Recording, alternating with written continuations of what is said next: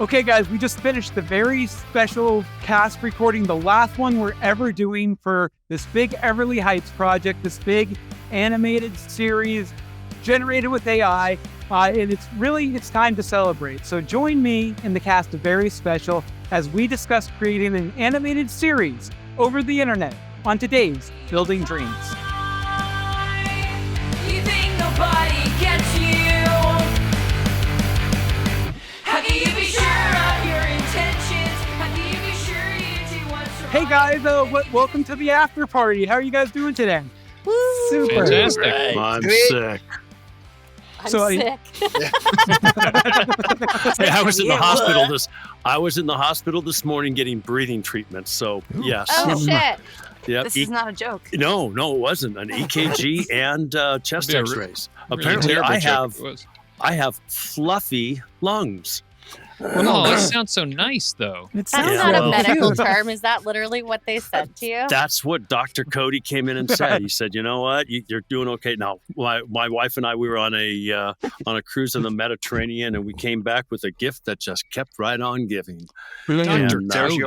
Fluffy yeah. lungs. That's Is not the a doctor gift. name, and he's telling you have fluffy lungs. Are you sure about this, doctor?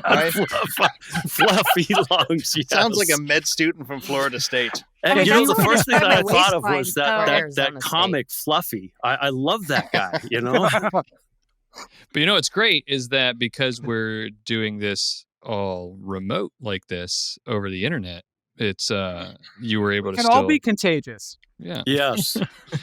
You're not going to catch your clouds. Yeah. Exactly. I've already caught the fluffy. It's just not in my lungs. Yeah.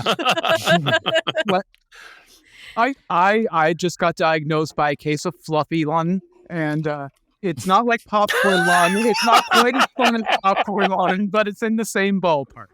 I stepped on the scale at my doctor's office and he told me I was getting too fluffy. No.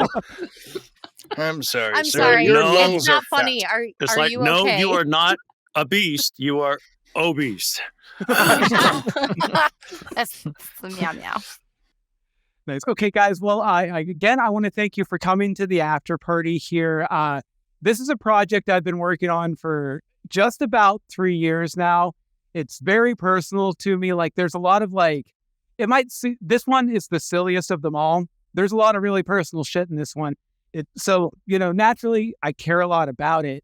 And I'm so glad I was able to find such a talented group of people, accommodating people who are willing to work with me, get things figured out, to put it all together. So I just want to start everything off by saying, here's to you guys. You guys are awesome, and you're all my friends now, and I love it. Oh, thanks. Cheers. Cheers, Bill. I'll cheers you with coffee. Very nice. I'm actually Cheers, I drinking drink water. my But all right. So I did have a couple of questions I wanted to bring up, and we've been having a lot of fun, a lot of getting to know each other loosey goosey. I do have a couple of things I thought people might be interested in hearing about from you. First of all, this project is all based in AI. The AI tools I'm using to make Very Special are pretty controversial right now, right? They're coming up in these strike meetings with the actors and the writers. It's kind of crazy pants. So I felt it was important to be upfront with that aspect of the project as I was introducing it to you guys and trying to get you guys to come join me. Do you want to voice a character in a groundbreaking project that's using the latest AI technology to produce a very special animated series? Well, perfect, because you're exactly who I'm looking for. Was there anything I did that made you feel good about coming to a project like this? And what sort of apprehensions did you have coming into a AI-powered project like this? I will say, you were upfront at least about what you were doing and how you were using it. I will say, like last week, I turned down a relatively good paying gig because they were saying, hey, we're going to use AI just to do like line retakes and stuff like that. And if you read the contract, it's like full buyout in perpetuity, blah blah blah. Like with the ability to rework my voice, and I was like, oh my god, no! And it was through I know a friend who runs an agency. And I emailed him back and said, look, man, like I know you don't need this feedback, but here it is. That's not okay. Like you can't buy my voice forever. Like Yeah. No, but you were clear about how you're using it and the period and the length of time and everything else. And I was like, oh, great. That sounds like way more fun and less stress.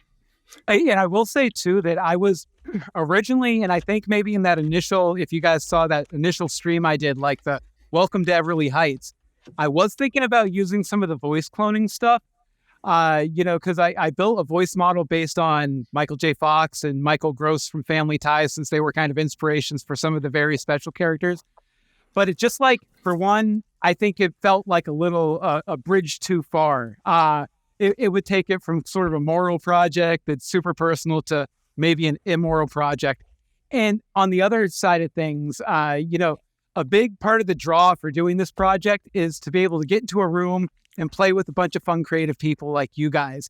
And if I'm voicing 3 or 4 of the voices using AI, that kind of takes away from the thing I'm getting out of it too, obviously, besides a completely produced, awesome animated pilot that we've all made. But yeah, so that I completely steered away from the voice cloning. I was like, that's probably a bridge too far. Transparency is really a big deal, though. I mean, like with all the how-to kind of content that you're doing, it just feels very comfortable knowing everything you're thinking about and how you're it's very easy, it's very accessible to know how you are approaching the project. Like there's no mystery there, Mm-hmm. Yeah. Transparency in the process is super important to me. If I'm using a model, I'm going to train the model first so you see what I'm doing with it. Right. And I just say, these tools are so new and so many people are afraid of them. Like my daughter and my son, who are both artists.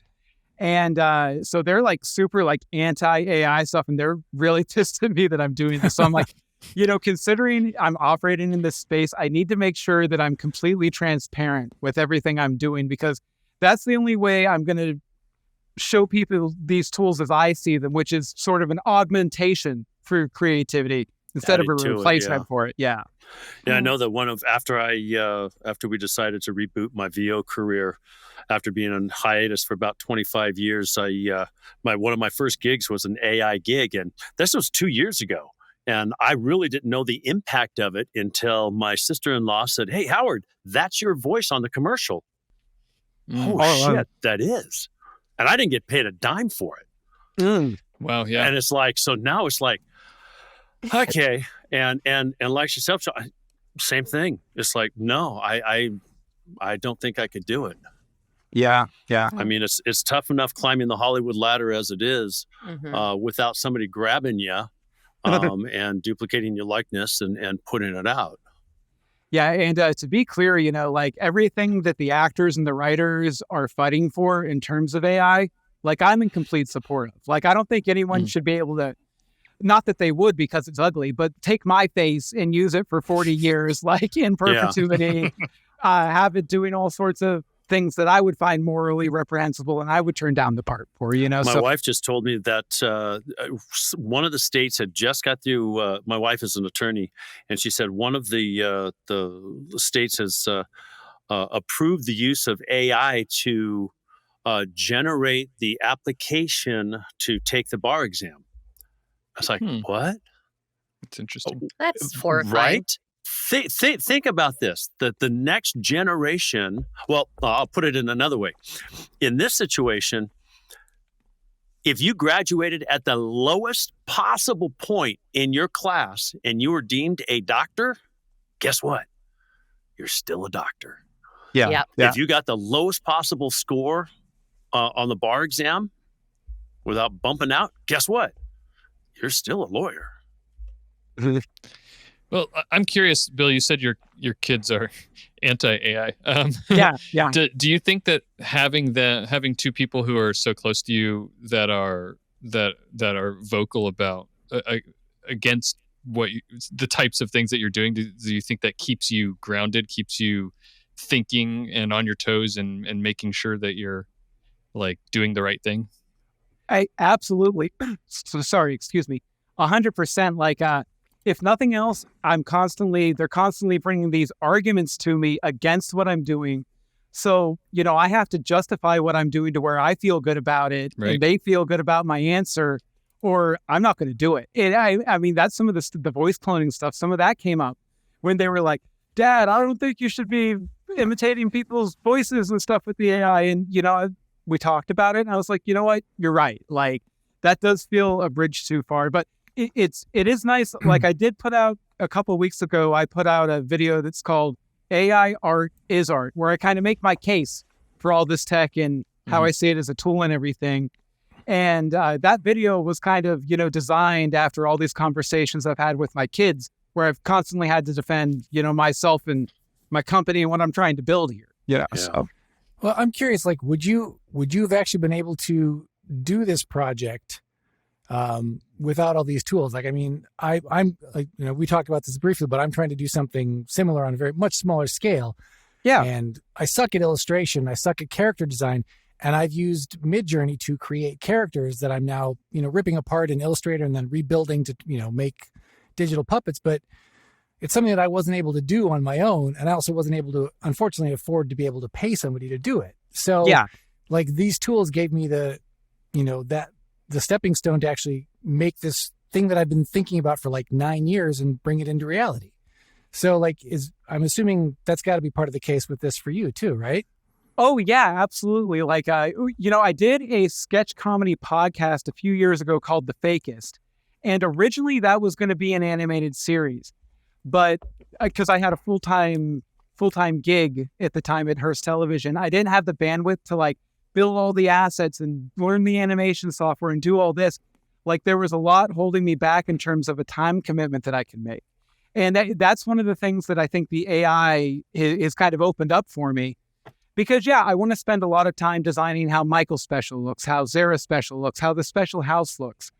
For extras 1, 2, and 3 in the background, I want to type in, funny skateboard kid and move on. Make sure it's in the same style as the rest of the show and move on. And, the AI, especially because I'm building my old models with it, it's allowing me it's going to have my artistic sensibility, but it also allows me to, generate things that are production ready, within an hour, or just iterate on ideas and figure out what I want. Like, you guys probably saw in the Discord a few weeks ago, I was like varying more ideas for what Muslu should look like and stuff. I'm constantly kind of playing around with it.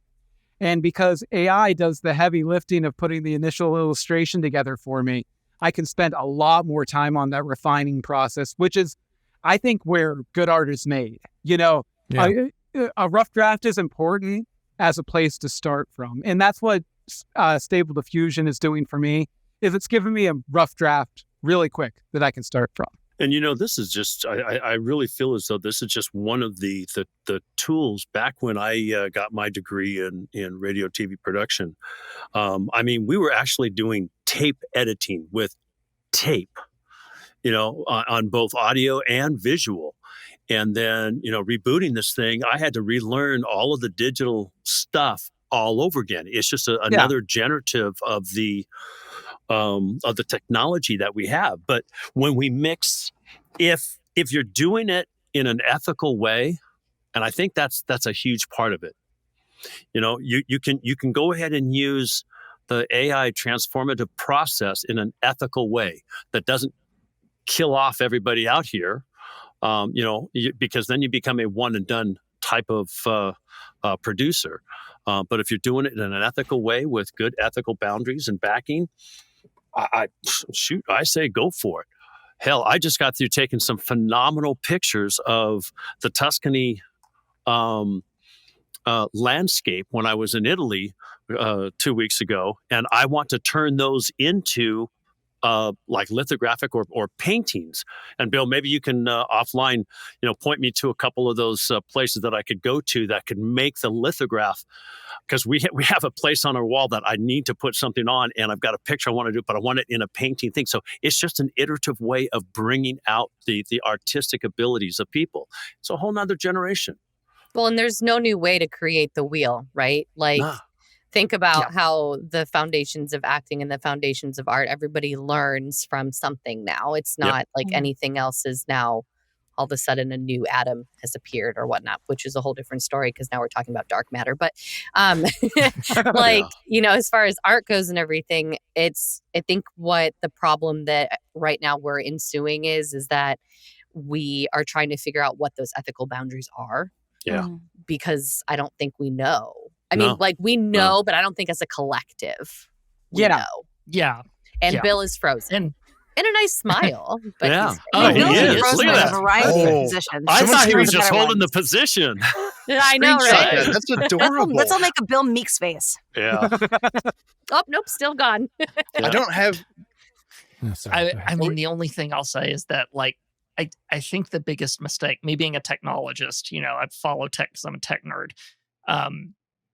The buzzword AI being applied to all these things has really muddied the waters a lot. And essentially, if someone has an opinion of one AI thing, they suddenly apply that opinion to every AI thing. And I think each of them need to be analyzed on their own. Otherwise, you have a professor I have in college that legitimately is so paranoid about AI that I've stopped arguing at this point. So it's definitely one of those things where the buzzword kills it a little bit for me. So Yeah, and also the Terminator killed it. Yeah. You know? Fair. yeah, Yeah. So I have people a assume question. the Yeah. Terminator is going to happen What's up, Abby? legitimately, seriously. Miss Kristyna. It's actually get- Gene Roddenberry's fault. I'm taking See? us off the AI train because I Yeah. know we spent a lot of time on this. Yep. I want to pop a question Yes. out there since Bill Meeks isn't in the room to kind of guide us. What are ways that you have found that allow you to connect to your character or characters if you play multiple? Oh, Good question. Backstories. The backstory. Hell, I have no idea what Mayor What do you mean? Brown's- Explain what you mean, Howard. on the So- backstory. It's Yeah. so when I looked at, I play these two weird characters, but anyhow, like for example, the DJ. Ricky turns on the radio so he can listen to Ron Linus. For 5 years now, folks, for 5 years, Ohio has made funding the arts a top priority. And where has it got us? Our public school scores are so high, they're throwing off the national average. Funding the arts destroys American lives. Ron, he's obviously he's had a thorn stuck in his side. He was probably brought up by some farmers. He had to go out and work a hard day's life. He's watched his dad been mowed over, pushed by the this. situations of life. And so you've got to build all of that stuff in so that I can go ahead and bring that out and say, hey, you know what? I'm pissed at the world and this shit is changing things. And so then you got to jump into, well, what's the backstory of Mayor Brown? Well, I don't know. He seems like a pompous, well, yeah. So I did don't you know. create your own backstories, Howard, or is this I something did. that you got information I from? Okay. completely created them. I wrote them down and just put them down and did that. For me, it was a little bit different. So obviously, Ricky is totally different than the rest of his family. You know how much Everly Heights depends on the arts. If you guys flake, I'll never be able to show my face at the future Neocons of America meeting again. Especially Ricky. Michael and Jennifer giggle. This is no laughing matter, you two. This is about honoring your commitments. This is about personal responsibility. This is about Don't cry, Gen Y. Grow up. And that's kind of where I started, was after reading through the script. Like clearly he's the odd one out in his family, and so that means he's We're probably all kind of unique. but he's probably he must have spent his whole these are his formative years, and so he must have spent a lot of time feeling like the odd one out. So he's very frustrated all the time, is what I imagine, and at least when he's at home. I toyed with the idea at first, and it never ended up happening. But I toyed with the idea of having almost two tones to his voice. One when he was talking to his parents, and one when he was talking to everybody else. Because I always felt like when he was talking to his parents, he probably felt that he is smarter than them, and knows more He about the probably world is. than them. He probably And he knows what the way parents should be, the way adults should be, and he's surrounded by these adults that are not do not Adults? understand the world. They're not adulting right. Preach. Yes. Yeah, I say like that's kind of that dynamic that I tried to build in is like, parents are kind of kids in a lot of ways. And Ricky is probably the most responsible person in the house. And I but also, and I'm sure that all of us can relate, also a lot of who you become is in reaction and contrary to your parents, right? Like your parents are who you don't want to become. Yeah. And so like I just see that very viscerally with Ricky, Thank you for asking, Laurin.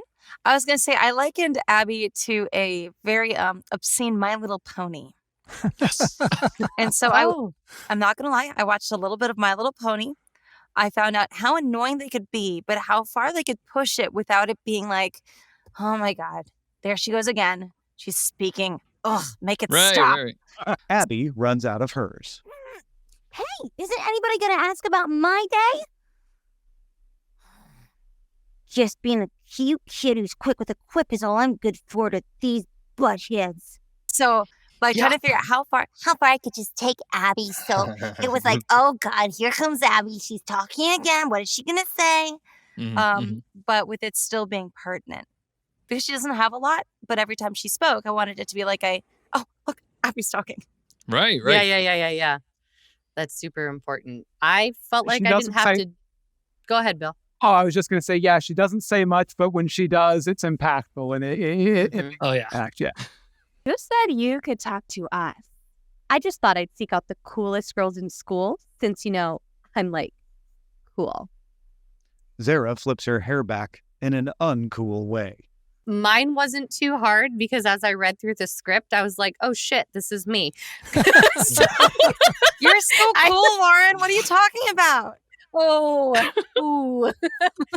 I mean, turns out maybe... Laurin was also shit girl in high school. Well, see, that was the one part I didn't have was I wasn't made fun of all the time, but I already had, because being in California now and coming from the Midwest, it was the Daria, Valley girl kind of thing. Yeah. That's already my mentality for life. Oh, And I was like, oh, Were okay, you a Valley girl? I got this.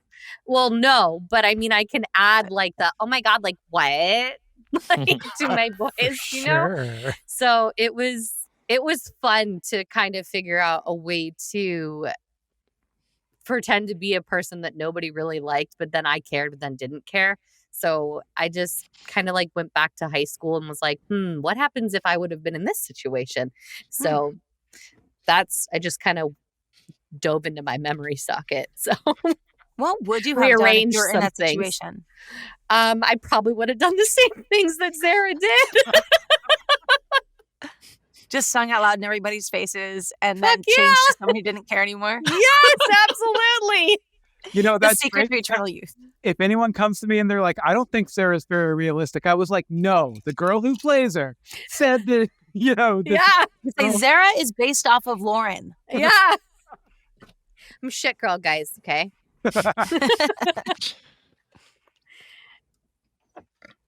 Who's next? Well, I'll go next. I missed the full question though. What was it again? I was having. It was in what ways did you find that? How did you connect to your character to bring them to life? Okay, well, I wrote my character, so that was really helpful. No, can't you do something? Oh dear, no. Breaking up fights isn't for real teachers like me. Leave it to the gym teachers, the history teachers, and the gym/history teachers, I say. Mr. Matheson, I'll say, I wrote him with me in mind because he's just this super positive, always optimistic, always helpful dude. And that's kind of who I see myself as. So I thought, that I have to play that part. Other people read for Mr. Matheson. They did great jobs. They were never going to get the part. I'm sorry, guys. I think a couple people in this room did.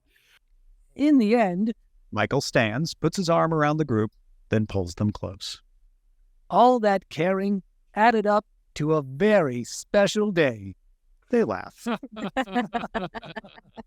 Without throwing my family too far under the bus, I definitely had some eerie similarities from my childhood growing up that I was able to pull from, including a theater teacher I had in high school, which is where some of my characterization comes from. But I also had it was an interesting, similar family dynamic that happened in my growing up that I was able to pull from. And I feel like that actually kind of kept me a little bit grounded in a weird way.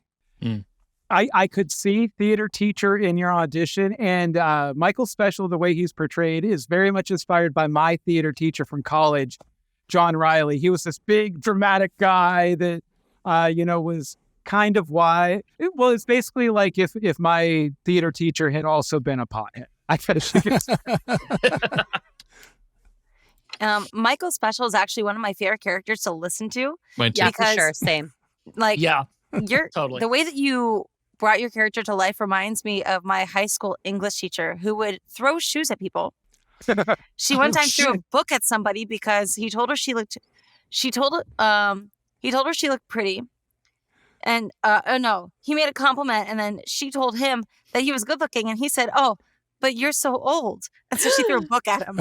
Like, and she would carry around a backpack and fill it with rocks to help her correct her posture and build strength in her back. Wow.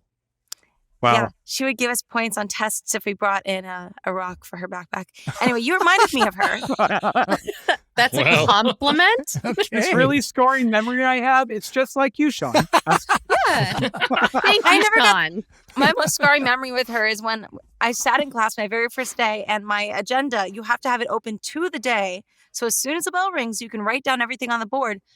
It was the first day. I'm a little OCD. I was at the back page, filling in my schedule, making it look pretty, adding highlighters, color coordinating. She comes over, slaps on a paper on my desk and says, "Detention, that's the wrong page."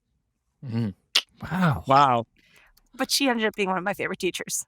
So, Steve the Geek notices Zara standing there.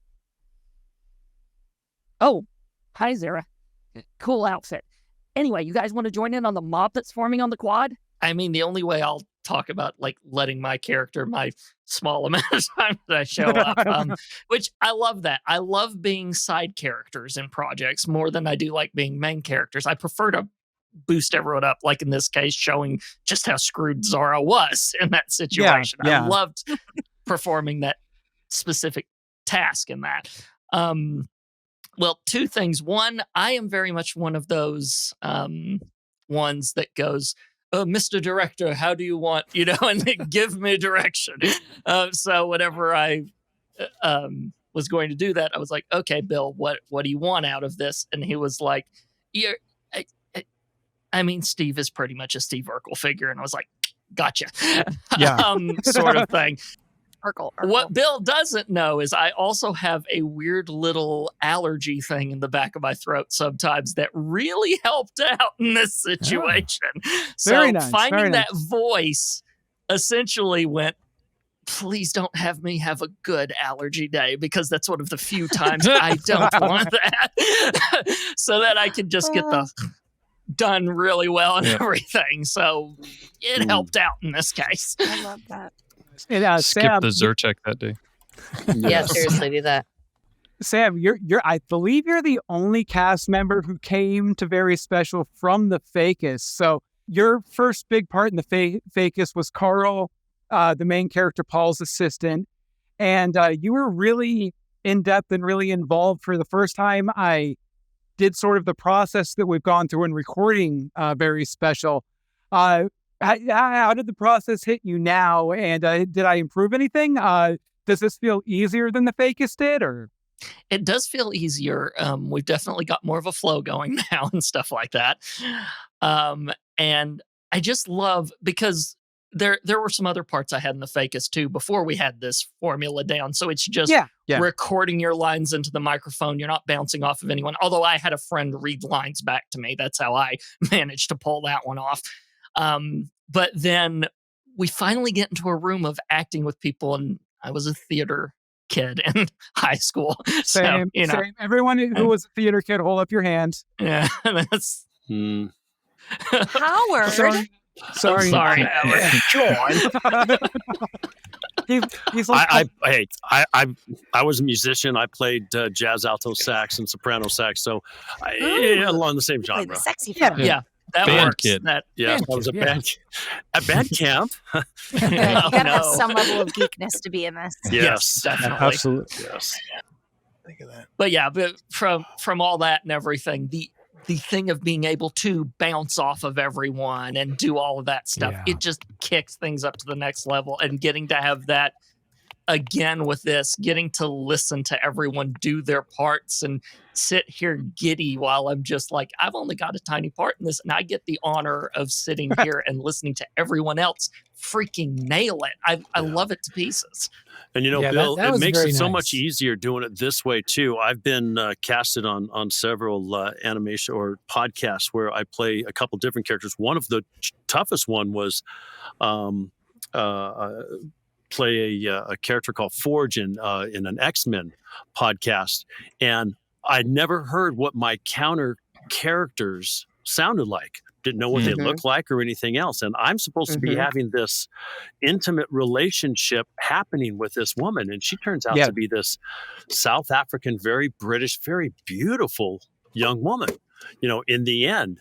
And I had to do like 3 or 4 takes just to find something that they liked. And when it came down to it, it was the most monotone voice that they chose to use. And this is a big, big man. Huge. I mean, monster arms, the way that he's drawn out. And it's just a very subtle, it's just almost sub-monotone level of talking.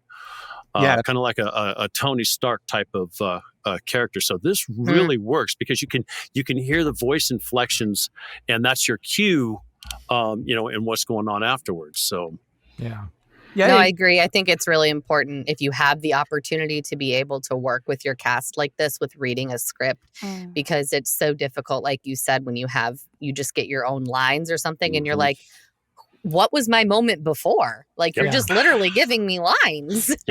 Yeah. And I think like it's super helpful too, from my perspective, because, well, I mean, obviously I'm a brilliant writer. Everything I've ever written is 100% perfect. But sometimes actors have good ideas too. And meeting all together like this, it gives us a really great chance to explore the stuff I've already written. And this kind of segues us to a new topic. It gives me a chance to have you guys contribute to the story too, in terms of the little improv scenes that we would do after every scene to kind of like maybe fit in between a couple of lines in the scene. So I'll open it up to you guys. Did you guys like that process? Like, I think every session we did, at least one of those improvs is probably going to make it into the final product. So you all did a great job. But what was that process like for you? Did you have an improv background? Were you nervous about it? And I'll let you guys talk now.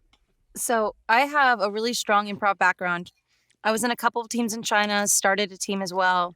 And I'm a huge fan of long form and the Arnando. And that was so much fun, just being able to slip into the character, reenact, and I found myself interrupting a lot more than I normally do. Learn about how a human dog door can help protect you from dogs that don't know how to go through a human dog door today on Fantastic Inventions. Well, Wow. how does that even work? Is it bigger than a regular door? Well, obviously they're small little critters. How does that work? Well, I'll tell you how it works. Basically, what you do is you get an oversized door and then you put a smaller door in there, but it's human size, so it's okay, but it'll scare dogs because they're afraid of large openings. Yeah, Dad, like little people. Dogs are afraid of little people? No, little people need the doors. But that was a really fun part of the process. It helped to get into the mindset of the character. And then afterwards, when we jump into the recording session, it's like, where was my mindset during the improv? Let me put myself back into that moment to become that character once again. And then it allowed for more character embodiment. So big fan of the improv. You mentioned the Armando, I think, the long form format. Trivia, very special, is a herald. If you know the long form herald improv format, very special is a herald. Like the big scene in the kitchen at the beginning, it's the first group game, and then the last group game is at the end at the dance. So that kind of That makes so much sense. yeah. So I love that. No experience with improv. Very little. So I'm Yeah, with there. very with little you, here Laura. too. it's good. Run the other direction. You'll never escape it. Not in your entire life. So But yeah, doing run it with for- Kristyna, like when we had to do it like that, it was just so energetic and like magnetism. Like I was just like, oh, this is so much fun. Yeah. With me, I've never formally done improv. Always wanted to, but never formally done it. Again, I'm the amateur in the room with all these professionals. But oh, look at you! Look No one's at listening you. to you anymore, Sam. Yep, it's a baby. I'm not It's a listening puppy. to me. Are you kidding me right now? I like pancakes. The blonde-haired Wow, two-legged Laurin. puppy. Wow, timing. Good boy. Yes, that's You the waving right at move. Look at yourself? that. Those Mickey Mouse jammies. Yeah. Do you see all the funny people? To see you. Yes, grab the microphone. Oh, Bill, that's nightmarish. Oh my gosh. Thank you. I was like, what's the most horrifying face I can make? Let's amp it up by about 10. I officially cannot watch the replay of this now that you've made that face. I have, Yeah, that's I'll put horrifying. I'll put a censor bar over it. On that note, my kid just came back, so I have to put him to sleep. But Okay, we have some more improv talk coming up in just a second. But first, a quick word from our sponsor. We'll be right back with more of a very special cast party. Speaking of overworking your graphics card, you don't have to do that to take advantage of Stable Diffusion and all these cool plugins I'm showing you today. And that's all thanks to our sponsor at RunPod.io. So what if you think this stuff looks interesting, but you don't own a high-end graphics card like I do? With RunPod, you can start your own server to run Stable Diffusion on somebody else's computer, starting at just 20 cents per hour. RunPod has some beefy servers at their disposal, which means I'm going to be able to train and fine-tune my custom models in half the time it would take me on this machine that I'm recording this on right now. I want to personally thank RunPod for sponsoring Building Dreams and helping me bring my own dreams to life. Start building your dreams with RunPod by going to runpod.everlyheights.tv so they know we sent you their way. Welcome back. When we left off, we were talking improv. I've watched Surfer Dude and Beach Babe. I can handle a group of men. Yes, improv, yes. Yeah, I've never done it formally, but I do bits with my podcast co-host and everything. That's why that's I've kind got of my experience as professional well, equipment and stuff. Sam. That's what I mean by very little. Like I've never done it in a structured or learned it like from a class or anything like that. So Yeah, that and tabletop games. I guess those count. So. for sure. Yes, absolutely. I will say there's a lot of crossover between podcasting and improv. So much so, plug. I wrote a book called Fan Podcasting, The Complete Guide, about how to put together your own fan podcast. And there's a huge section in there about how like yes-anding is like intrinsic to podcasting. Yes, and yes. Yeah. And you know, the importance of improv in podcasting. Like, Yep. So who said tabletop? Sam, was that you? Yeah. So yes. The convergence of all the parts of my life. Voice acting. I have a degree in theater. I have a master's in video game development. My day job is making video games. And this week I'm going to Dev, a tabletop gaming convention. What's happening? So I've never actually played a tabletop role playing game. I've only ever DM'd. Wow. That's the ADD part of my brain. But I've almost always ever DM'd for. So I was a bartender for a long time. So people in the restaurant industry who are actors, actors and writers and directors, and that's the most fun because it is an improv game at its heart. Sure. Tabletop role playing is an improv game. You're storytelling. You're saying, "Well, this is my character. I'm in this scene." And as soon as you say, if you don't if you're just in a scene, you go, "No, that's not what happens." Well, then you kill it. All 12 of us are out of a story, man. Yep. Sorry, I swear. That's what I said every time I died to Ganondorf, and it worked. I died like 5 times before I actually got to the final battle. I'm not spoiling anything. By the way, the Zelda mention, you just got a bonus on your page. No, I did officially beat the game. What, you Nice, finished? very You finished nice. it already? I finished. Yeah. I'm still working on it. I can't not side quest. So It's Yeah, I called know. getting strep throat. Oh, that there helps. you go. Yeah. Yeah, that I have to helps share a it with lot. my kids. Yeah. Yeah, see, my wife and I both trade off playing, and Yeah. she's further along. Very than me, nice. So. I haven't It helps finished living Breath of the alone with no Wild, so attachments. congratulations. Thank But you. my- Cried. my kids have all beat it. I have not, unfortunately, because I don't know what it was the last couple months since it came out, but my free time just kind of all went away. I don't know what happened. But What, were you yeah. like creating a TV show or something? Jeez. It Weird. doesn't seem like it would take that much time, though. With Oh another my gosh, job too. it's not Yeah, even I that was big like, of a project. It's only like a pilot. that being said, after a couple of videos released this week, it's probably going to be like 4 days of Hyrule, and that's all my life is going to be. So enjoy that. I might tweet out some things.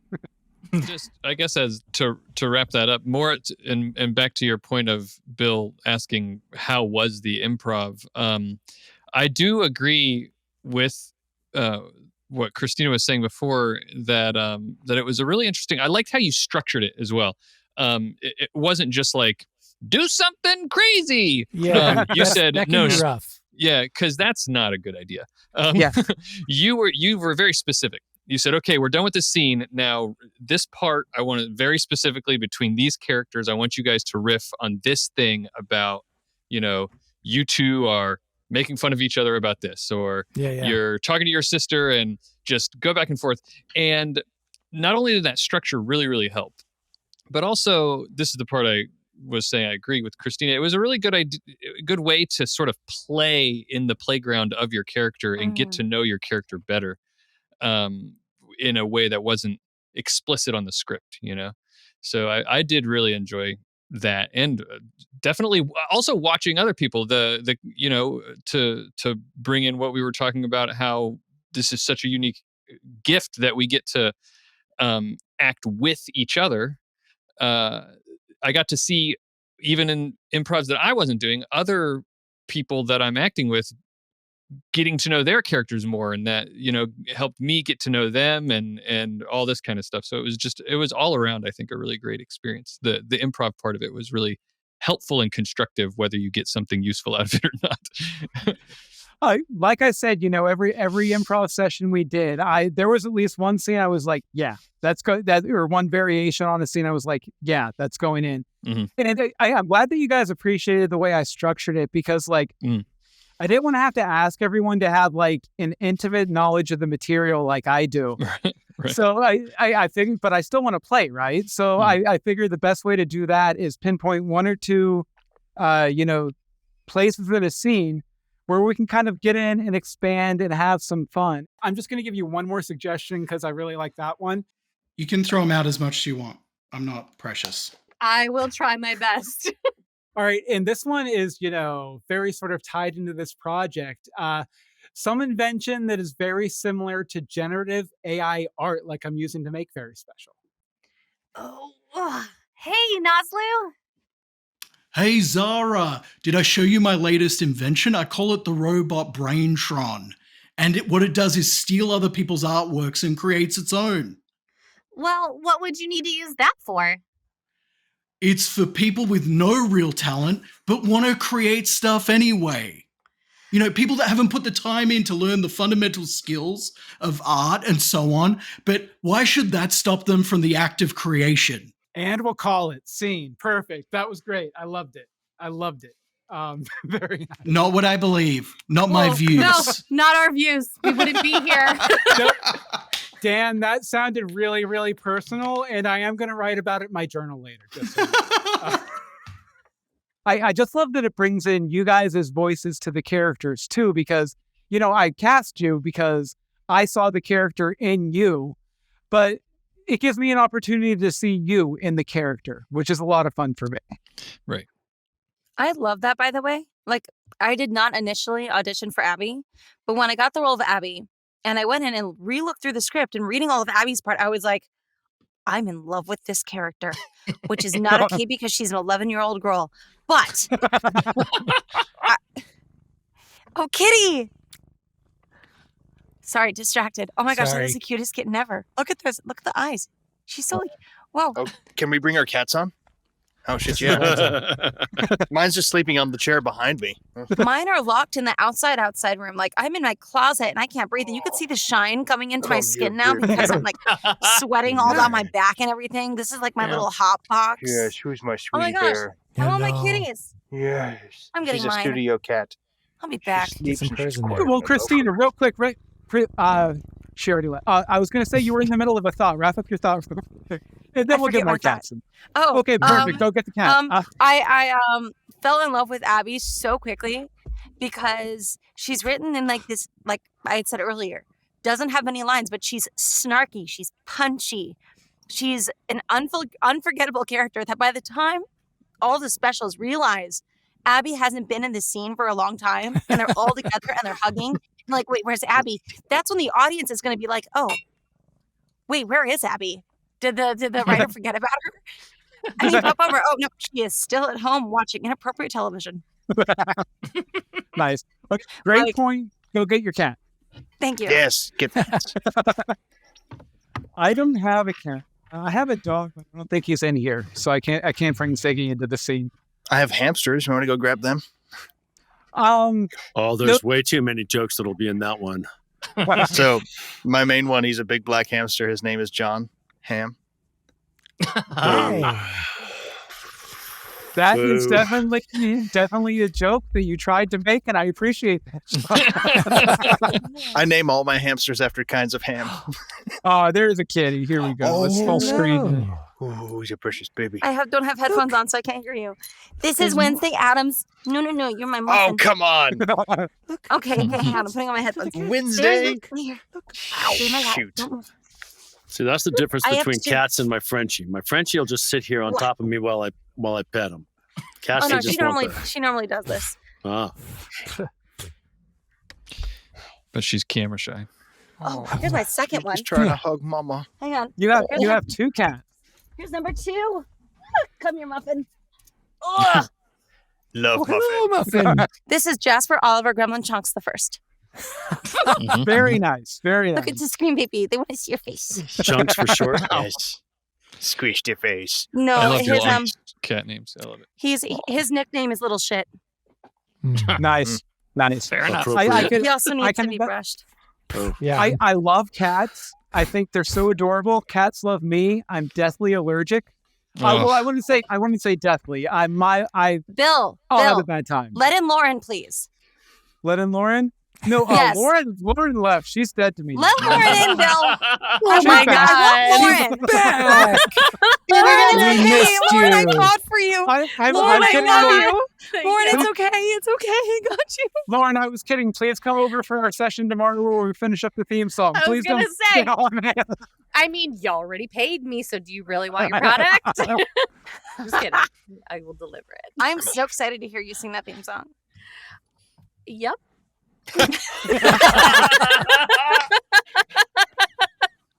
I'm just kidding. I'm really excited too. I just need to get it to where it needs to be. Are we sharing pets? Is that what I missed? Wow. Yes. There was some pet I mean, you sharing. already showed yours. Yes, Your my pet human. child. Your pet human. Come here. Well, Oh. Come here. I heard. Oh my goodness. Good Damn. Lord. I can't get her up here. Come here. we got a glimpse. I mean, we Skarr. So, husky-ish. Large husky? Deaf husky. Whoa. I'm going to have to go see if I can find my get her in. Rosetta. Stand by. There's no way. I saw the Oh my tuft of hair as she like backed out. Yeah, there's no way. The dog is saying, I'm ready for my close-up, Mr. Meeks. That was Miss Indiana Jones and her sassy self. She's the one that you could sometimes hear coming down my stairs, which is my ceiling. So, you know. My puppy is usually in here. I'm actually going to run and see if I can find her real quick. One sec. All right, as he I've runs, and only because I'm this kind of nerd, and it's not competitive; it's more analytical. Okay.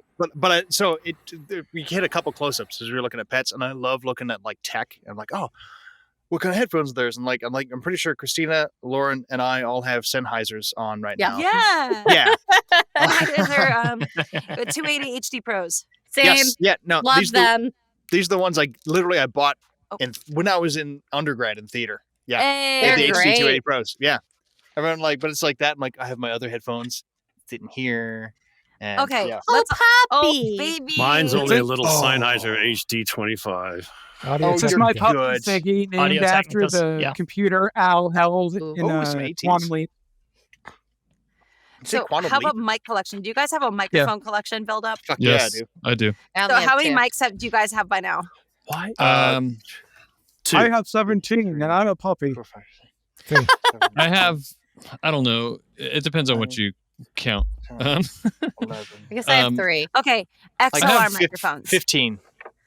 Wow. XLR. 15. Wow. God dang. XLR, I have, I think 5. But if you count like lav mics and other USB mics and stuff, I might have like 10 or 12. I don't count Wow. Shit, Yeah. right. So See- I have like 3 XLR labs and then like another 5 that are some weird like TRRS. Yeah. I've got fishing reels. 4. Did you say you have fishing reels? I do. You'll get more, man. You'll get more. Like, can you imagine if someone's like, I'm going to go fishing for a voice actor, they put a microphone on the end of it? So many of them. Line. Well, it Oh, depends. line. You look at it and you go, no. I do a short series called Welcome. It's called Adventures in Fishing. So I love fishing. So I just go right out and buy the best and be done with it. Poof. I mean, I would be easily caught with like the new Rode NT1, like the brand new one that just came out. Yeah. That looks so pretty, and I've heard the best things. Same. I just got I think this is the NT1A, which is a slightly. That's the new NT1A, right? I bought it like where's mine? 5 months ago. So if it was out by then, I don't know if it's the new one. That was the Rode was my first mic. And then I switched over to the Neumann TLM 107. Oh, I was considering that one. My I space like the isn't treated 107. enough. I like the idea of the 107 because way back when I was voicing at McDonnell Douglas for several in-house characters, they'd put me in a 10 by 10 room and I'd have to play different characters. And I'm an Italian and I love the whole space. And I like this mic because I'm hoping that as I progress, I'll be able to stand up and get into it, and I can go ahead and do a complete 360 degree and just bounce up and around and have a lot of fun. Nice. Well, I mean, how is your room treated? Because it sounds great still. Actually, I treated. Let's see. I've got 2 layers of these acoustic blankets. I'm in an upstairs room, totally revamped, and it works. I don't know how. I don't know why. But it works. It's been checked out by a couple different studios, and they all love the sound of it. So I'm not going to turn around and change anything. I had thought about building a sound booth, but you know what? If it works, it works. Yeah. If it ain't broke, don't I mean, fix it. why? Because So, if you don't have a sound booth and you're sitting in these blankets, all you can do is sweat all day. That's why. Well, I mean, I get it. I'm in a closet. Interesting enough, I have. I'm in a closet too. Don't tell me you have airflow. My vent from my what do they call that thing? AC is up here in the corner, and I've tried as I can to turn around and get the back, have that bleed into the mic. I can't get it to bleed, so I get air conditioning up here. You can stop talking now. Sorry. Yeah. Hey, look, son of a bitch. Kristyna, I just came back from the Mediterranean. I was drenched. This shirt was black. You can stop talking now, Howard. You're not helping your case. I don't need a shovel for this one, hey? No, you did it yourself. Oh. Yeah, that's the old question is how do you deal with back sweat? You don't. That's not my question. It ends up, Sure it sounds ends up like being it. called SWAS. So, you're good. I tend to just, take that common advice and I lean into it. I just lean into the back sweat and let it absorb into my spine. Yeah. I started wearing workout clothes during my recording sessions, and I just call it my workout. I come out of the studio, I'm like, whew, man, I did 3 hours in a row. Wow. Got a sauna in. I'm the same way. It can get pretty warm in here. Like any video that's on my channel, I look professional up top. Gym shorts on the bottom, like always. Oh, for sure. No, thanks for throwing the gym shorts in there. I had another vision go through real quick, but then again, hey, I'm sick. Sure. Did anyone else look down to be like, what am I wearing? Oh, yeah. I mentally looked down and went, okay. I'm wearing nice pants. I'm wearing like these breezy beach pants. You know what? You know what's absolutely awesome is what my shirt says. You have to step to there you go. Lift your arm. Oh, yeah. We do get to do this. Yeah. Saddleback. I agree. Okay. I love that. Yeah, I used to sing with Saddleback Choir. Nice. Oh, nice. Okay, we're going to take a quick break for a word from our sponsor, Streann Studio, but we'll be right back with more of the very special cast party coming up. Yes, this video is brought to you by Streann Studio, a service which lets YouTubers and streamers like me take control of their live stream. Just like I'm taking control of graphics with Stable Diffusion. You can switch between cameras, add graphics in lower thirds, and stream out to YouTube, Twitch, and other services all at the same time. We want to thank Streann Studio for sponsoring Building Dreams and allowing you to build your own streaming dreams with Streann Studio. Try it out today by going to streanstudio.everlyheights.tv. That's STREANN Studio. And again, I want to thank Streann Studio for helping me build my dreams. Thanks again to Streann Studio for sponsoring Everly Heights. Oh, you can also access our My Channel page over on Streann Studio to purchase tools and content that we've been creating. And if you like what we do, you can toss us a small one-time donation or a monthly donation. Okay, we're back. Let's join the very special cast party already in progress. This is a story that I've personally lived with for like 3 years. It's been, I've held it very close to the vest, very close to the chest. I've got a lot of feedback on it, but not from people that I feel like I know now. So I was just wondering, like, what's you guys' impressions of the very special pilot? Were there any parts that you were like, that's an interesting choice? Just like, general feedback. I won't hold it against you. You'll still get paid. I'd love to hear, just because, you spend so many years in a closet or in a cave, writing this stuff. Like, I'd love to hear your thoughts on it. I think it's very funny. I remember when I actually sat down and started reading through it, I, laughed out loud a bunch of times. And to me, it like totally harkens back to 80s and 90s sitcoms, in the best way possible. Like, I see different tropes in it that I really enjoy. And, I don't know. I think it seems like it's structured very nice. And, it's got a lot of really original characters. And I feel like, it's also hard, kind of hearing everybody do it, but like, it seems like a lot of different distinct voices, which I think sometimes, it's easy to write things that kind of sound like they're coming from the same place. And this feels they feel very distinct and original and different. And it's great. I don't know. I had a lot of fun with it. I love that your show starts and ends with a punch. And it's not just because I'm in those scenes, but like it starts with a joke and then you get to the meat of the story and then it ends with the joke. It's almost like watching the end of a Marvel's movie, and then suddenly they're in a Chinese restaurant eating noodles, right? Yeah. Shawarma. Like they do. You spotted the Zhangji fan. They do both. Yes. Now I'm but hungry. like you start it with a joke and you end it with a joke. Like you snap it together. It's like this 90s sardonic cookie. I've always been a big fan of comedies where you can kind of fold them in half and they touch on the end.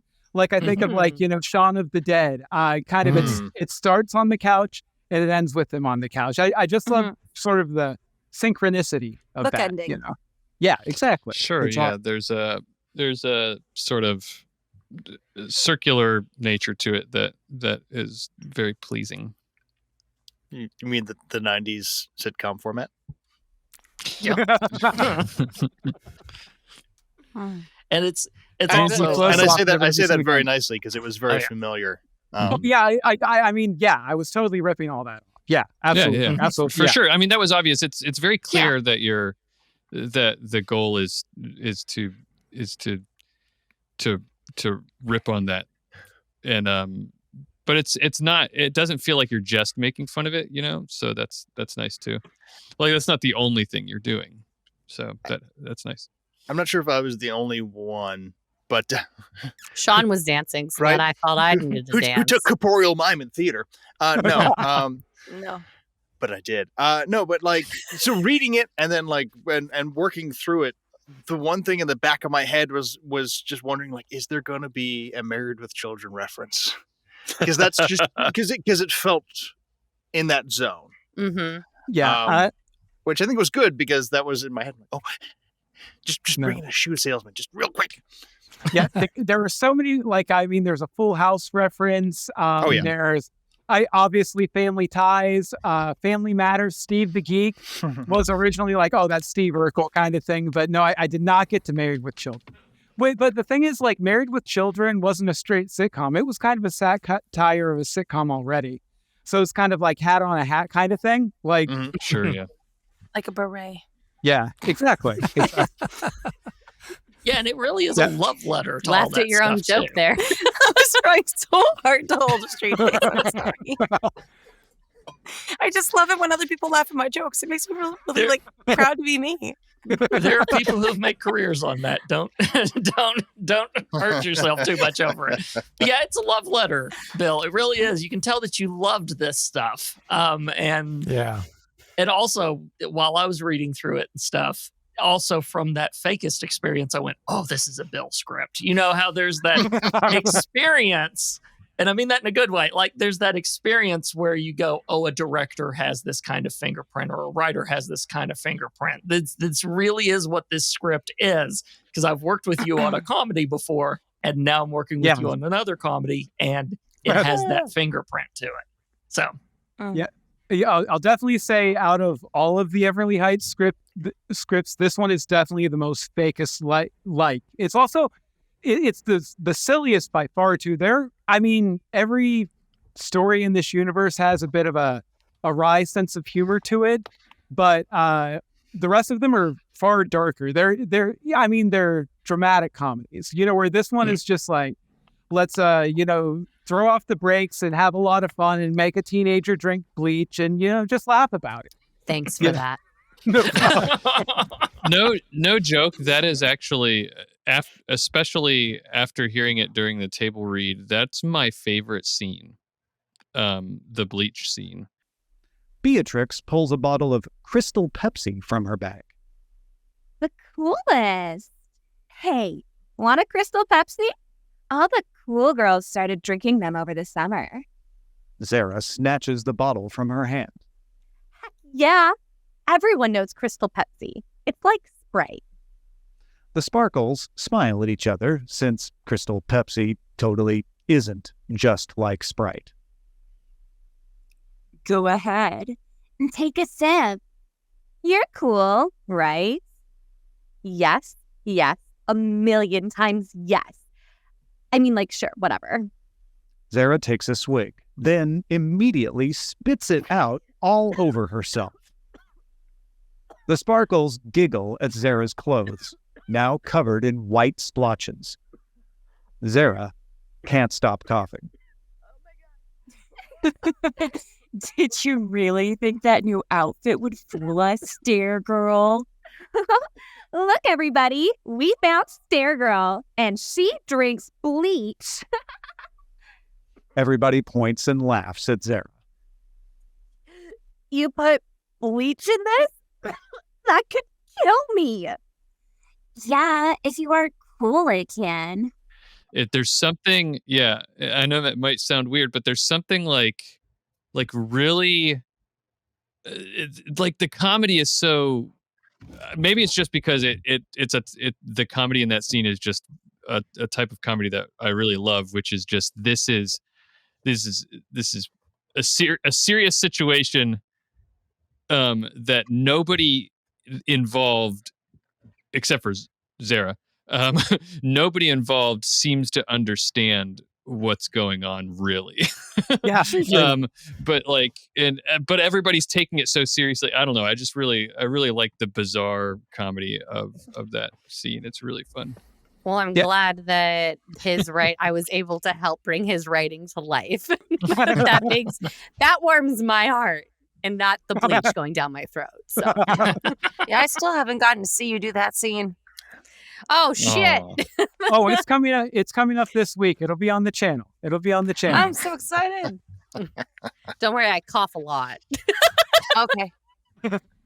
I will say there's a bit of a metaphor about nostalgia wrapped up in the whole idea of the bleach being Crystal Pepsi too. But I'll let you guys suss that out. The artist shouldn't interpret their own for the audience. I think the dance is my favorite scene, honestly. Well, I mean, that's definitely the scene where your character's the most powerful. You know, That's probably sure. But no, I mean not that part. Like I like Ricky and Jerome, like that part even before I come in. Like that's my favorite scene. Jerome, great to see you. How's your dad? Jerome tosses Ricky out onto the dance floor. Cinnamon runs over. Yo, what'd you do to my boy Ricky? You want to fight, asshole? No, just curious. Slush out. I don't know. I can just envision it. That scene has a lot of energy to it, and it's like a frenetic energy, like what's going to happen? You know, you can feel it in that scene. That are all the pieces going to fall into place? Exactly. Here, right? Or am I going to pound both your asses? Yeah. And then afterwards, and then he hugs you, and it's just like that whole little compilation right there. I was just like, this is great. I did like. Are you ready to get both of your asses kicked? Ricky shoves the tax returns in Jerome's face. No need, pal. We've corrected the errors in your father's tax returns.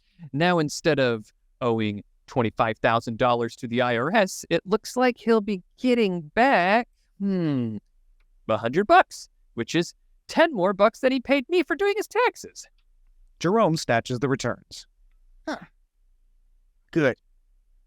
I hate being mad at you. Jerome pulls Ricky into an uncomfortable hug. No problem. I did like that because I can't remember if I read that scene before we first recorded it or not, but I we did it, and then Bill gave a little direction. I was like, oh, he's the classic bully was bullied for something and then became a bully. And given the voice direction I got, because I think I did an audition, but I did all of the characters and didn't have anyone to read against, so I just did everyone. But it was my standard. That's my standard nerd voice. Yeah, sure. And I was like, oh, so he's the bully, but he has that kind of lisp / that cleft palate almost kind of sound. Mm-hmm. Yeah, in a 90s show, he would probably be the red-haired bully, and he would sound like that. Yeah. Does he have red hair? Because now he's so rude and derogatory. That's no offense to anyone's red hair, but my brother's a redhead. It's a Christmas story. So is my brother-in-law. Actually, when this came in, red hair. So I'm like, oh, that's why I burned in the sun. Daywalker. I like that you bring up that scene, because that's actually that scene at the dance with Ricky and Jerome is probably one of the scenes that changed the most from the first draft, because at first it was Jerome coming in, he was like, oh, okay, well, I'll get you next time special. And I think it was the third or fourth draft. I was like, no, it's so much funnier if he's like, this was the only problem Jerome had with Ricky, and instantly everything's perfect. And they're all buddy again. And it's just, especially since it's his first appearance, it completely flips the expectation, right? I can't talk. I like that about it. This was just, he had a legitimate problem, and you solved the problem. Okay, we're good now. It's very much the bouncer attitude. Yeah. I was going to say, the difference between girl fights and boy fights. Girls, we are vicious moving creatures. We will hold a grudge for years, and we won't tell you we have a grudge. Oh, I still have them going. Until you die. And then we'll tell everybody about the grudge we held at your funeral. I won't even do that. I don't know. I've been places. But women, we will hold grudges, we'll get into cat fights, we'll try to end friendships with other people because we're like, I need her to feel as bad as I feel, so I'm going to make sure that everybody knows how bad she is, but I won't let her know that I'm the one telling everybody, right? Or you just steal all our friends. Or that. I mean, whatever. But when guys fight, I've always imagined it's like I'm angry. I'm going to go. We're going to have some words. Slap, slap. Okay. Wow. You're in pain. I'm in pain. We both feel each other's pain. Let's be friends because we know each other's pain now. Absolutely. Is that really how guy fights work? Yes, go in the backyard, especially brothers. You go in the backyard, you beat the crap out of each other. It's like, okay, let's go play G.I. Joes again. Yeah, so it depends on the existing relationship. Like I've been beaten up and left in the street, and that's one kind of fight. Yeah, but you didn't have a relationship with the person. I'm talking about like when you have an established friendship. Yeah. If there's a fight between two girls, that friendship is basically done. It's become now you are like mortal nemesis. You're dead to me. But with boys, you just pow pow, and then you're back to being best friends because your friendship is more important. Yep. And you just needed the other person to feel the ouch. Yeah, you got the angries out. Yeah. It's like I've never personally seen that in my life, but yeah, that aspect that I've seen in other people's lives is exactly what I'm tapping into. Like me, I'm more like, you slighted me once, so you're dead to me kind of thing. But it takes a lot to get there. But guys are definitely, in general, a lot more forgiving about this stuff. You can punch your friend in the face and have a beer the next day, kind of thing. I've seen that happen a million times. Yeah, and you reflect that in the script, like with Jerome, and then with the sparkles. It's like, wait, now she's being mean to us. Now we're the victims. This is horrible, and we need to get revenge because we feel slighted. Yeah. Speaking of flipping the script on things, you were talking about that, Bill. That reminds me of my favorite series of lines, and my favorite delivery of all of what we were doing is Michael Special's his wrap up at the end. Michael kneels down and puts his hand on Zara's shoulder. And Zara, you cared about caring, and then learned to care about not caring. In the end, Michael stands, puts his arm around the group, then pulls them close.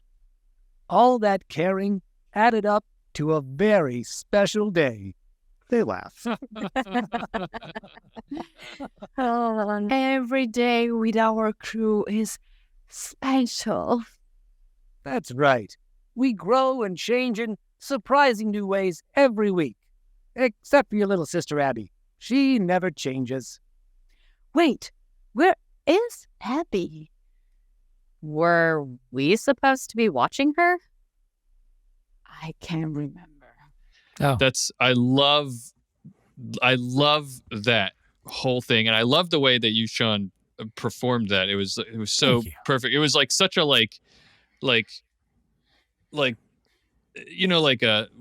I'm teaching my family a lesson, and this is important. But the lesson, great impersonation. That was a really good impersonation. Wow, do that again. I'm teaching it. Don't steal my part. Maybe we could all stand careless. Don't steal my likeness. But Bobby, the original AI theft.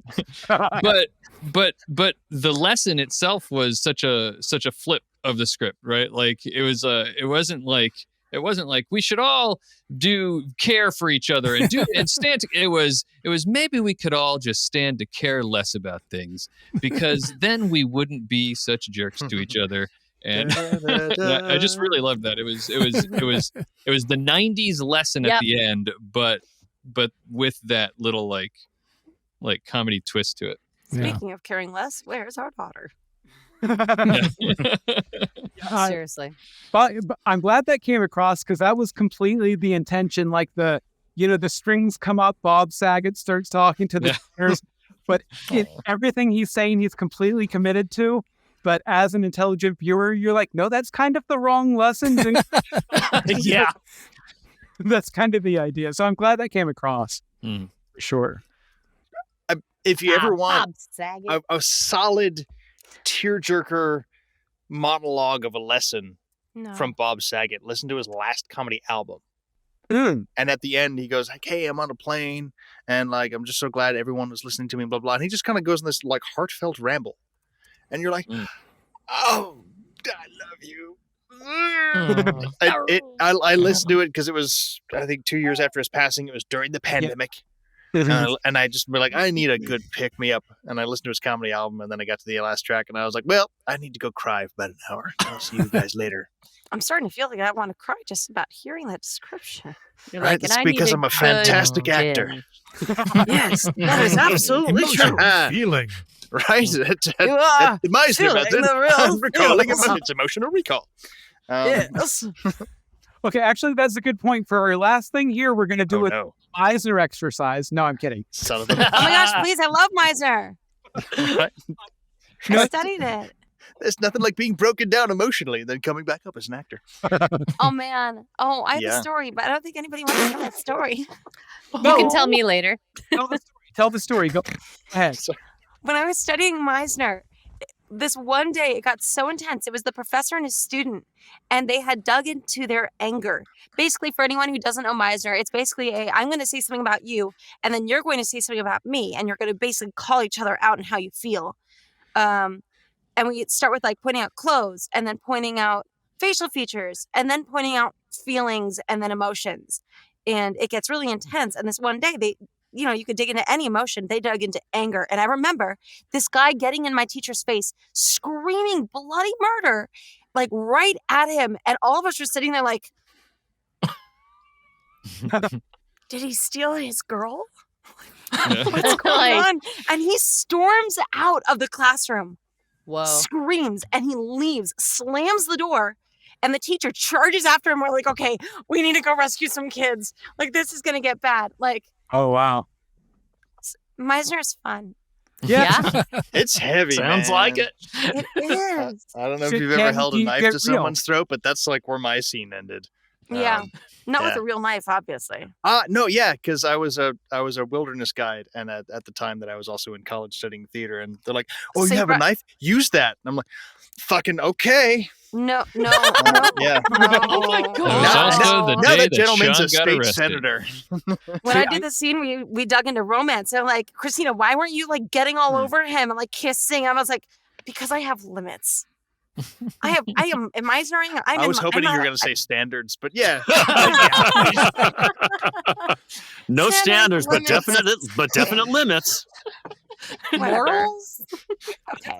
Ran into Meisner until the past few years when I got back into improv in a big way. We kind of like glanced over it in college, but my college theater program was all like Stanislavski all the time.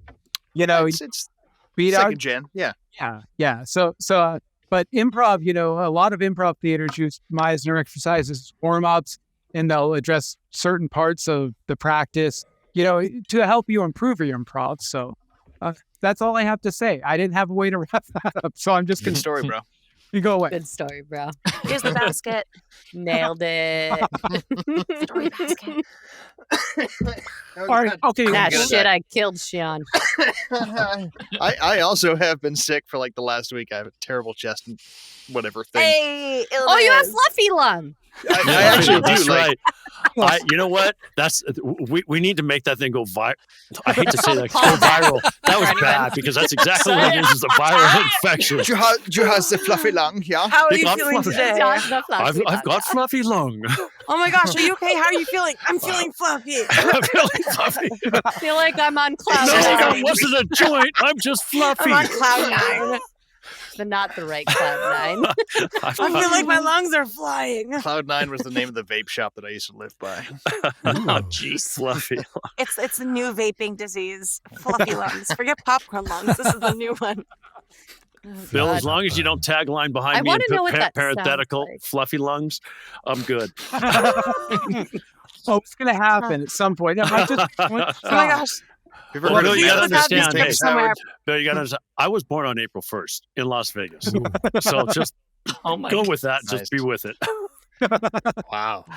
Please do That's a lot. That is a lot to Okay. handle.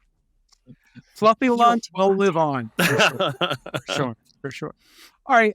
So we probably should go ahead and wrap up here. We've been going an hour and 13. I'm not getting bored. I'm having a lot of fun. The audience probably isn't, but you guys all have lives. Some of you are on the East Coast. I was just out of curiosity, since I have a complete encyclopedic knowledge of the Everly Heights universe. Do you guys have any questions about where your characters end up, or where any of the stuff from various No ends up? spoilers. No spoilers. No. Yeah. No spoilers. Why would you Spoilers. ask that? Bill, that is a horrible Yeah, question. it is though, because you know what? I How do had we Actually, I kick the don't host know. out? on another What podcast. happens to Surfer Dude? Yeah. I learned Okay. out that I played two different characters, and one of them, Pappy Geltano, he got killed In off in what the very year? last episode, and I just, oh man. But yeah, I don't want to know. In what year does Abby take over the world? I would say 2024. So He just you know, confirmed it. It's that- happening. yeah, absolutely. I And already think there's torn gonna up be some about my political wife. motivation I there. can't handle anymore. Can you imagine? Like, you have Ricky as president, and then suddenly there's the Abby all over the news, and like she's becoming like Miss Universe. She's actually taking over the world. He's like, but I'm the president. I'm in charge. I'm the one who makes the rules. Not anymore. Ron Linus is going to have some commentary on the upcoming elections, right? Yeah. Of course. 100%.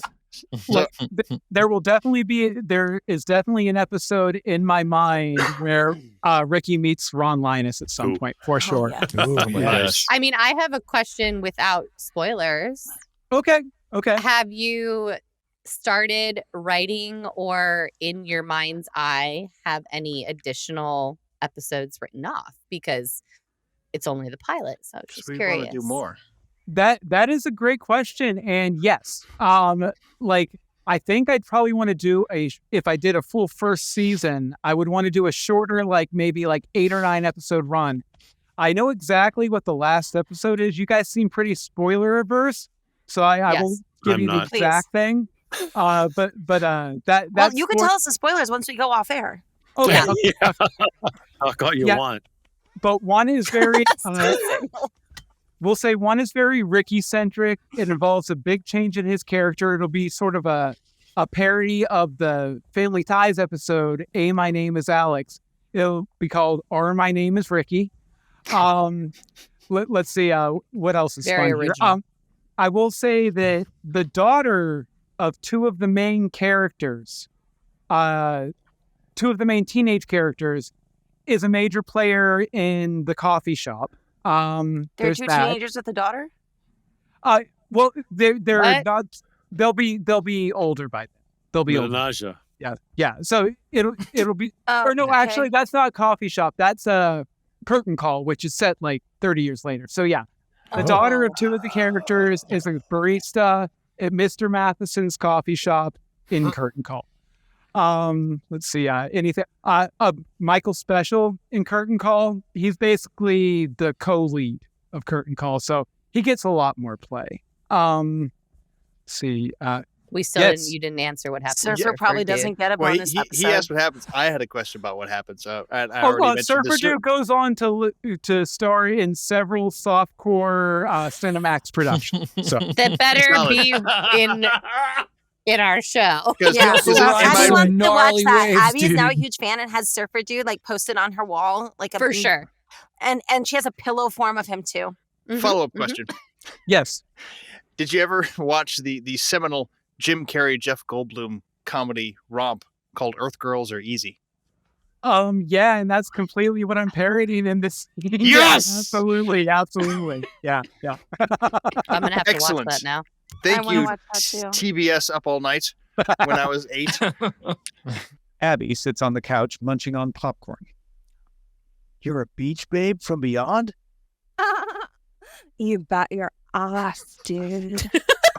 Shouldn't have seen that when I was 8. I was basically Abby Special. Was what I'm Yeah, I was yeah. gonna say you were an Abby. You were You were an an Abby. Abby. I'm an Abby.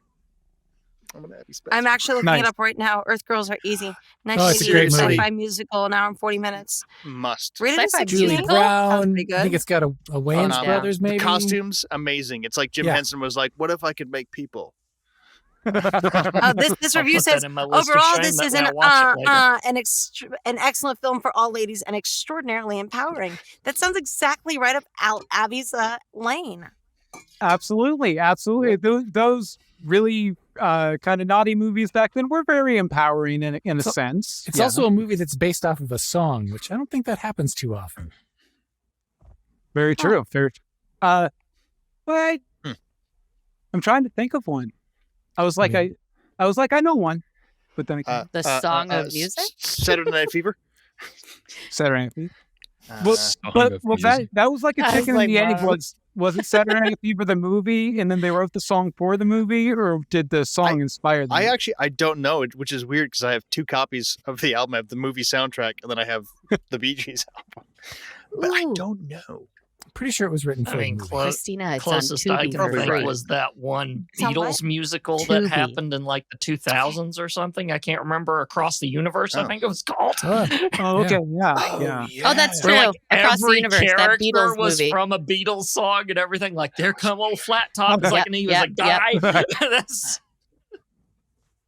I'm still stuck on this idea that The Sound of Music was a song that existed, and then Rodgers and Hammerstein were like, they heard the song, and they were like, Gotta write a thing that about it. we got to write an entire musical about That's that. my jam right there. I'm seeing those hills in You're my head. We welcome gotta for do that this. nugget.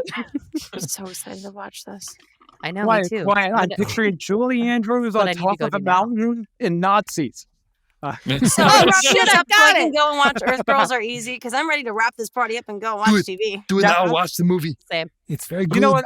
I'm about ready to wrap this party up too. I want to thank you guys so much for joining me for this stream, for the entire experience, for letting me bug you in your email and in the Discord server about 1 billion times. I'll be a bit more quiet now.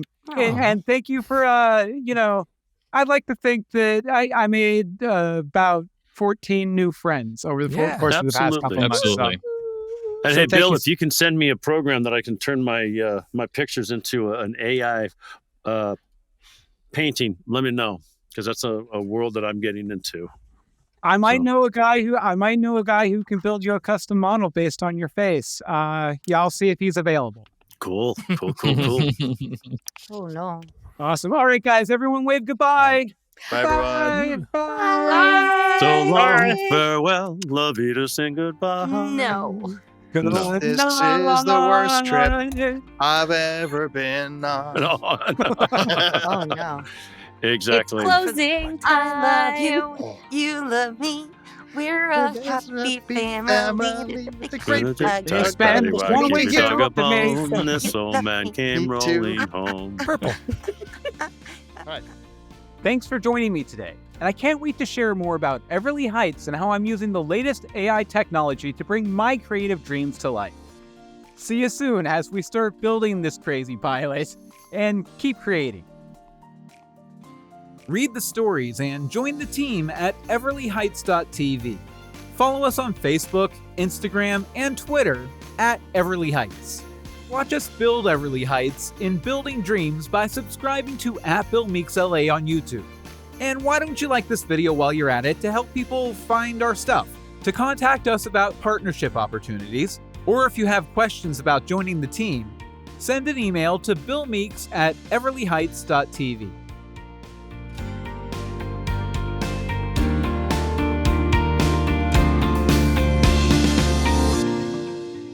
Nope, still gone. I don't have. Oh, yeah. He's still here. Yeah. Okay, good. I'm glad. I don't like that I noticed like how red his lips are. But wow. They Look at him when they are- come they back. are Look at red. that. Oh my I thought God, he they was match his sticking out his tongue glasses. for a minute. That's kind of weird. Oh, could be. I just think like they're so luscious. My God. Okay, sit down, Sean. Swat. But if I sit down, it's down here. No, not just verbally sit down. Yeah. Oh, Take a cold shower. my bad. John, you're the boy. You for heaven's sake, John, sit So- down. I Well, don't know. what do we talk gonna about go now? into just an AI is he discussion? still- I mean, So- No, hopefully not. No. Let's Okay. talk about the show Sam, more. you have something you need to add Yes. or want What to about add? puppies?